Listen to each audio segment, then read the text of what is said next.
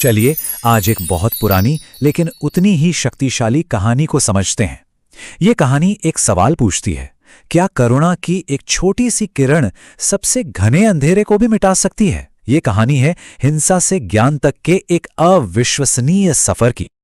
कहानी का जो सबसे चौंकाने वाला हिस्सा है वो ये एक लाइन है। सोचिए जरा, एक ऐसा आदमी जो अपने शिकार की उंगलियों से बनी माला पहनता था।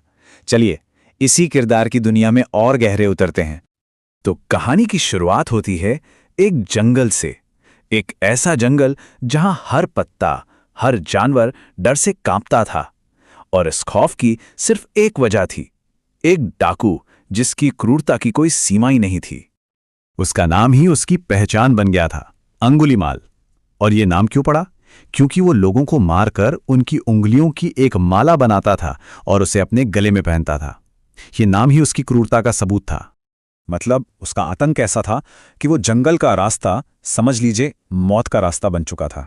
जो भी यात्री वहां से गुजरने की हिम्मत करता वो उसका शिकार बन जाता और नतीजा पूरा जंगल वीरान हो गया, खामोश हो गया। अगर कुछ बाकी था तो वो था सिर्फ अंगुलीमाल के डर की गूंज।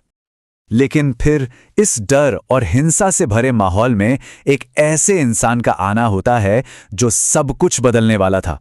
वो थे महात्मा बुद्ध। और यहां हमें दो बिल्कुल अलग नजरिए देखने को मिलते हैं। एक तरफ थे गांव के लोग जो बुरी तरह डरे हुए थे। वो बुद्ध को रोकने की हर कोशिश कर रहे थे कि वो उस जंगल में ना जाएं।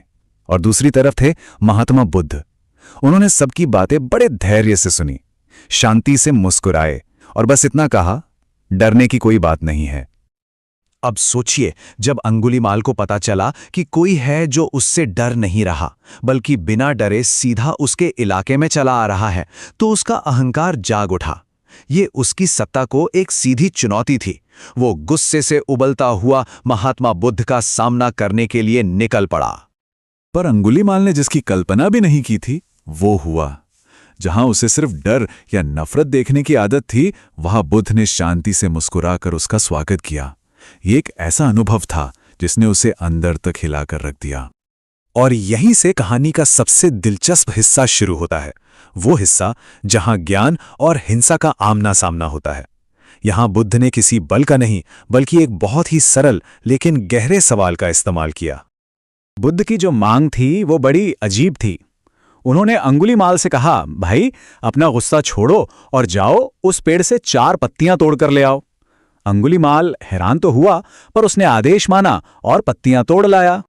जब अंगुलीमाल वो पत्ते लेकर लौटा तो बुद्ध ने उसे दूसरा काम दिया।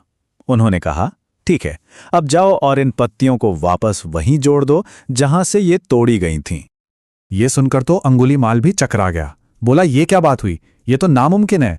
जो पत्ता एक बार डाल से टूट जाए उसे दोबारा कैसे जोड़ा जा सकता है?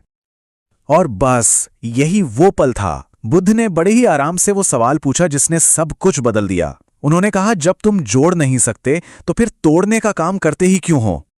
बुद्ध का ये एक सरल सा सवाल अंगुलीमाल के दिल में किसी तीर की तरह उतर गया और यहीं से शुरू हुआ उस खूंखार डाकू के जीवन में एक अविश्वसनीय बदलाव। बुद्ध के शब्द अंगुलीमाल के मन में गूंजते रहे।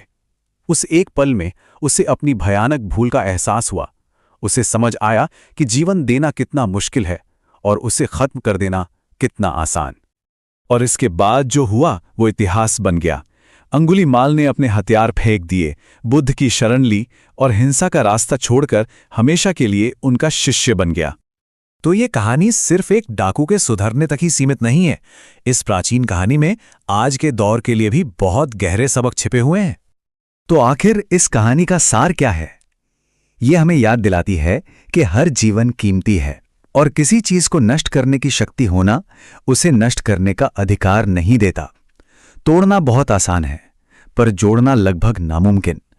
लेकिन शायद सबसे बड़ा सबक यह है कि करुणा और ज्ञान में वो ताकत है जो बड़े से बड़े क्रोध को भी जीत सकती है। और ये कहानी हमें एक बहुत गहरे सवाल के साथ छोड़ जाती है। क्या करुणा में सचमुच इतनी शक्ति है कि वो दुनिया की सबसे बड़ी नफरत और क्रोध पर भी विजय पा सके? ये एक ऐसा सवाल है जिस पर हम सबको जरूर सोचना चाहिए।